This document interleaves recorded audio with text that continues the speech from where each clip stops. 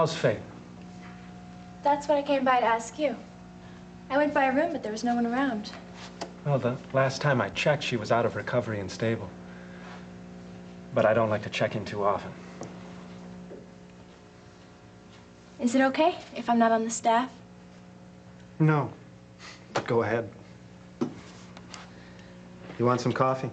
No, I'm fine. How about you? Barely touched that. I meant, how are you? I'm okay. No run-ins with Tom? Well, I've been steering clear of Faith's room. And then ducked out of OR early. I observed the surgery. I didn't know that. Well, I'm not telling everyone. I just felt I had to. I really wanted to. Not that it does a damn bit of good watching out for her now. Well, then you actually saw how much damage the knife did. Yeah. There's internal bleeding. Small bowel was pierced, with infection starting. And they worked as fast as they could to clean the wound, and their pressure held up, so the fetus hasn't aborted. So far, so good. Yeah. If she can just get through the afternoon without a crisis. I thought if Faith was strong enough for the surgery, she was basically safe after everything. Oh, no. Nothing's safe now. No wonder you looked so miserable before. I'm just feeling helpless, mainly. I could have done something yesterday. Yesterday, I could have prevented the accident. Today, just out of my hands. And on your conscience. Yeah. I'll have that the rest of my life.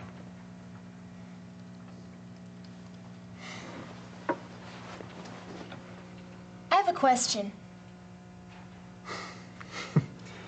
Okay. Unless you were two people, the guy at the helm and a scuba diver swimming in front of the boat, both of you with walkie-talkies, how could you possibly have prevented us from running aground? Nancy, I could have checked the charts better. Pat, the Coast Guard man himself said that with that boat in that spot in the Hudson, the charts don't necessarily warn... Nancy, I was responsible. I was responsible for your safety as well as Faith's. I was at the wheel, and I should have stayed at the wheel instead of moving in and out of the cabin. I should have made sure nobody had sharp knives when we were moving at night through waters I didn't know. I could have taken any number of sensible precautions, but they sound like fanatic precautions to me. Pat, it's like the way that some people are with a new baby.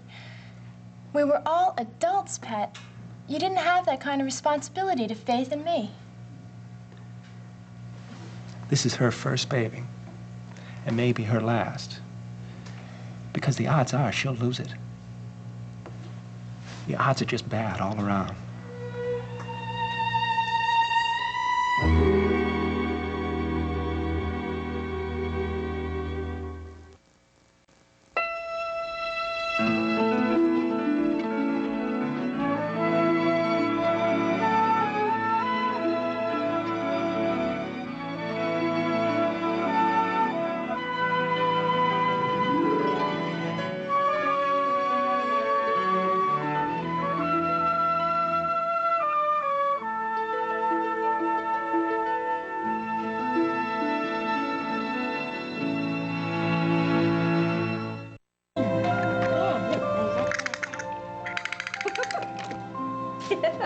Oh, you really are feeling better, aren't you? You're going to be just fine. Hi. Hey, look who's here. Look at you. Hey, You've grown some more, haven't you? Yes. Beginning to look like you should be carrying her. Well, they say if you pick up a calf every day, soon you can pick up the cow. Oh, never mind. I like cuddling you much more than any calf. It might excite some comment if you continue to carry Edmund when he was 180 pounds. Here comes Edmund Coleridge with a strong little mother. Listen, I just checked on Faith. Yeah, she's still in recovery. Yeah, she should be coming around pretty soon now. Vital signs are weak but stable. There's no fever, so that's all positive. Where's Tom? I left him sitting on the grass, staring out at the river. He'll be back soon. He just has to come around a little bit, that's all. Actually, that's what I'm doing here. I feel like suddenly everything's fine because I can be with him and hold him and know that he's all right. Listen, come out in the waiting room for a few minutes, will you? Yeah, sure. You want to know who you're going to go to? Your best friend! Yes! See you! See you later.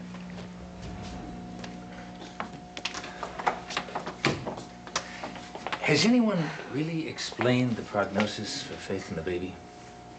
Well, Roger's told me the next couple of hours are critical.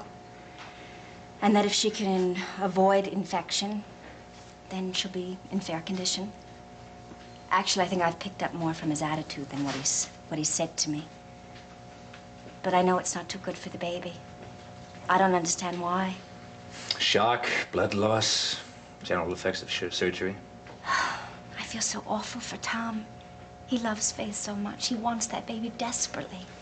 It's all so sad. Hey, come on, it doesn't have to be, see? Roger was absolutely right. The next few hours will tell the story. Now, Faith is young and she is strong. The baby could come through this beautifully.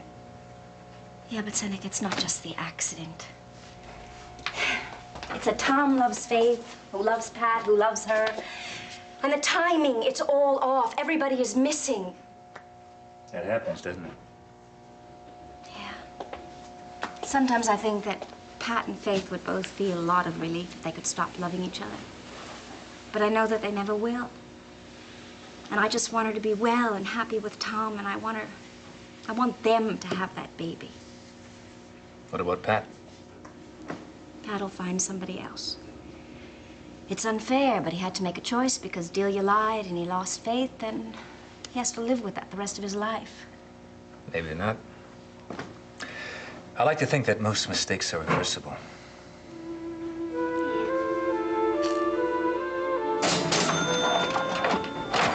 Maeve, Frank's home! Oh, and Ray is with him. Welcome home, Senator! Now, that is what I call a positive greeting. And you too, Ray. We missed you. We missed you. It's so good to be back, really. Great. Yeah, good campaign trip, huh? Oh, successful. Everybody loves Hi, Ma. State now, right? Well, he's your son. Oh, of course. Come on down, say hello to the missus. It's been an eventful trip, hasn't it? Hello there, Ray. Maeve! How are you? It's wonderful to see you again. How's everything here? Well, I'm sorry to say we've had a bit of trouble.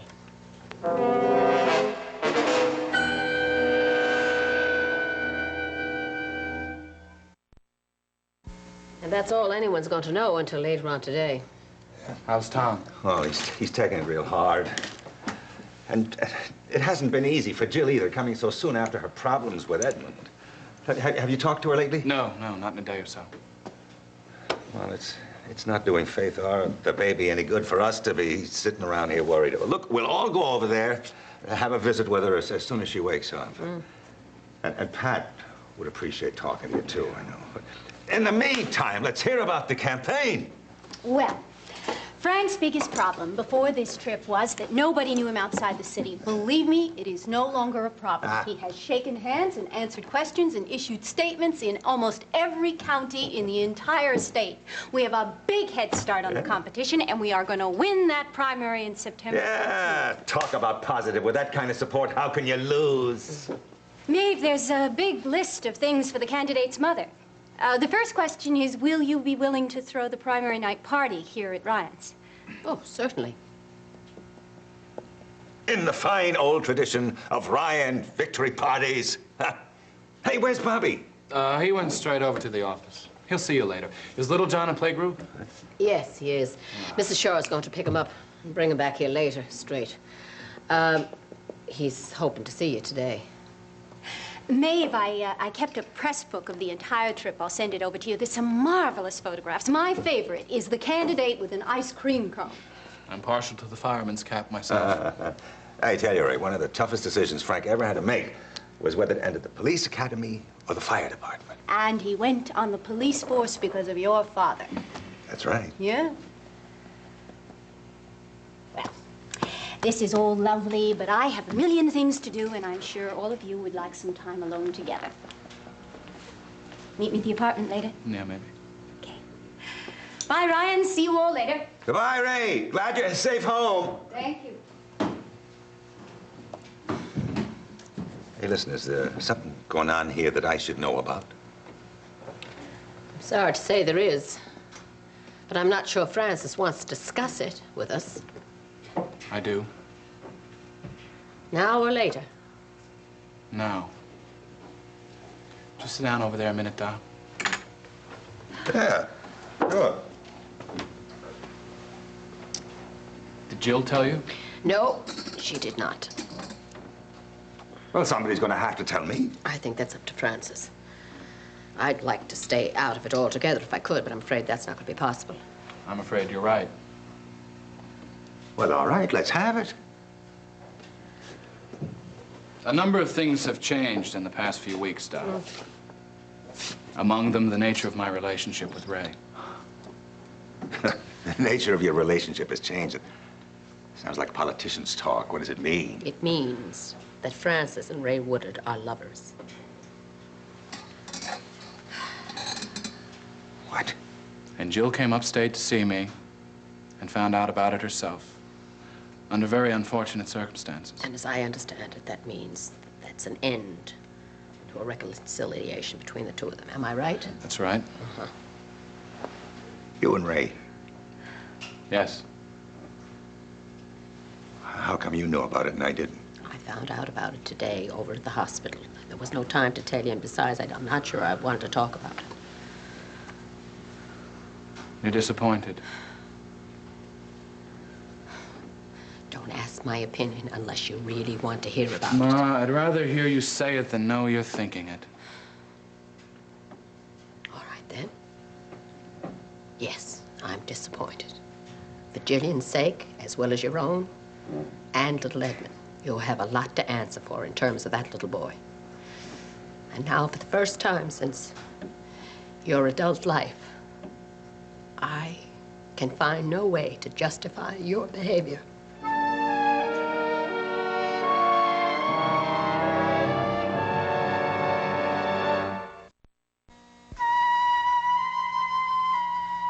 You know what?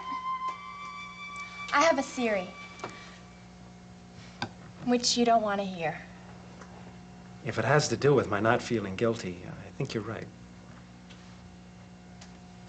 Well, I could tell you about my dance therapy plans again. Tell me about trying out for the Rockettes. That was terrific. Hey, come up with me to physical therapy and I'll dance for you, as far as my muscles will currently permit. I wish I could, but I'm on duty in a little while. And in the meantime, you know, you're not required to entertain me. You don't want my theory, you don't want my dancing. I do. Just not now. Right, okay, sorry. The idea was to provide a little distraction. You were nice to try. It's automatic. You see, there's really nothing here that I can fix. Faith and the baby are in trouble, and I can't help them. You're feeling guilty, and I can't make a dent in that. Tom Desmond worries you, but his kind of jealousy only a professional should deal with. So the only thing left for me to do is try to take your mind off things. And I'm certainly not doing a very good job of that. Let me tell you something. If the circus walked through that door, I'd still have faith in my mind. You know the background. You know there's a bond. Love, yes. And you know I've hurt her as I have no one else in this world. Emotionally, physically. That's what amazes me. And I keep going over and over it in my head. Look, maybe I better just leave and let you think your thoughts, okay? No, wait. I guess I wasn't really suggesting that. Yeah, but if a circus couldn't cheer you up, I certainly can't. I mean, here I am, one moderately amusing person. Oh, come on. Don't leave yet. Okay. The thing is, they'd have to leave the elephants downstairs. They would. The circus. I mean, look at that door. The horses won't even fit. Tigers would. Yeah, right. And you know how much fun they are. You'd be more depressed than you are now. I'd be more terrified than depressed. Well, tell me something. When's the last time you actually went to the circus? About 10 years ago, for Javon's birthday. We went early and spent forever in this room where they keep the animals. Oh, God, I can smell it right now. Chiffon must have been in heaven. She was. And after that, she wanted to train everything on 4 legs and some on 2. She did a good job with this guinea pig.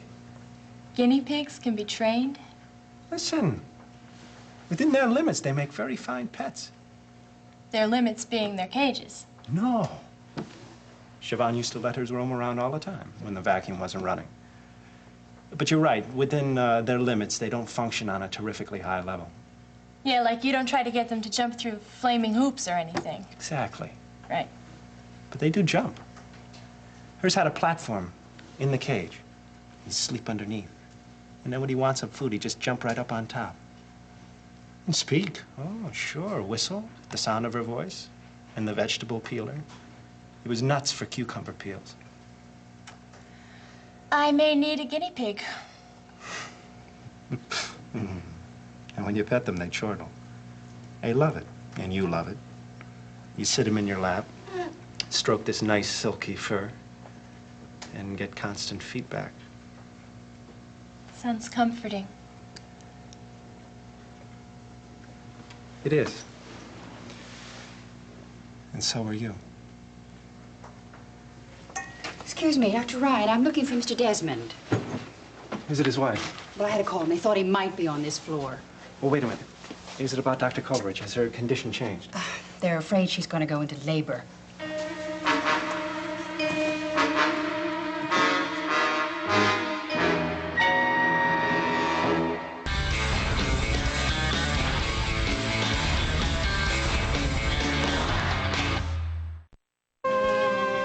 Come on in the kitchen, huh, please?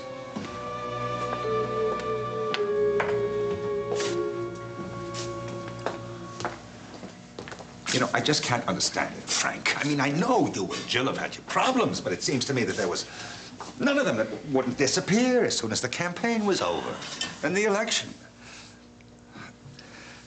Look, to sacrifice everything you and Jill have invested for a casual affair with Ray Woodard doesn't seem to me to... Hold it right there, Doc. Now, I am sorry that you are disappointed. I'm going to try and explain to you what happened, although I don't feel it's necessary for me to justify myself. I hope you'll understand. If you don't, then I'm sorry about that, too. Because if I had to do it all over again, there's nothing that I would do any different. How long's it been going on? Not long, but that's irrelevant. The point is, Jill made herself clear.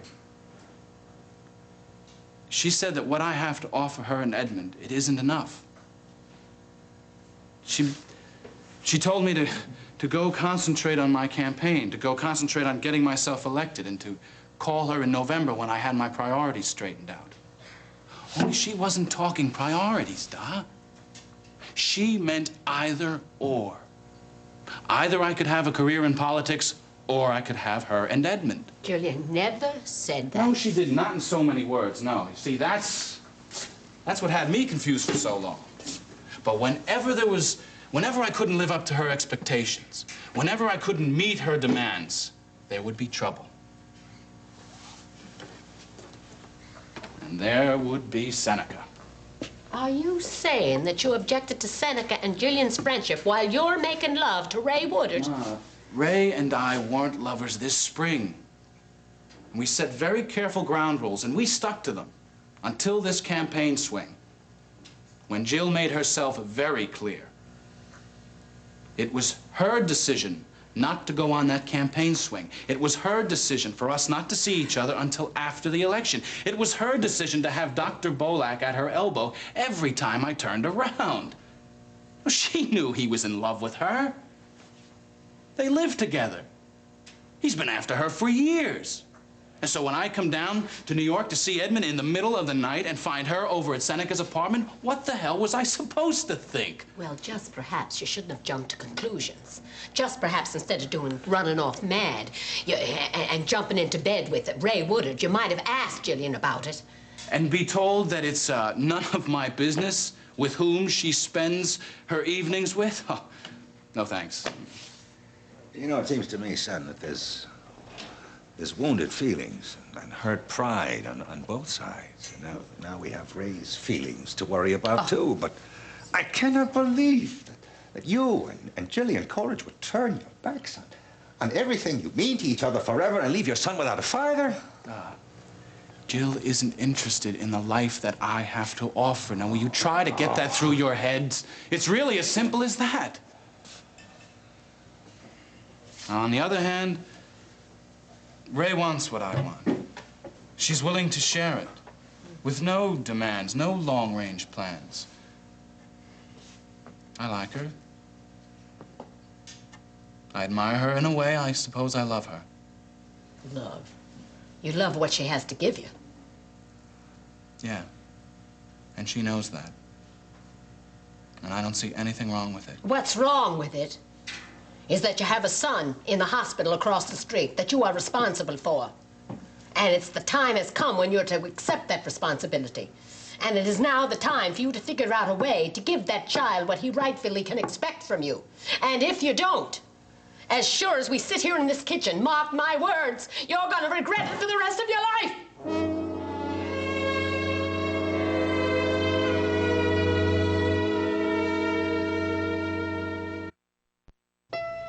Ever wish you could retake your yearbook picture? Do over your first time? Pick a totally different career?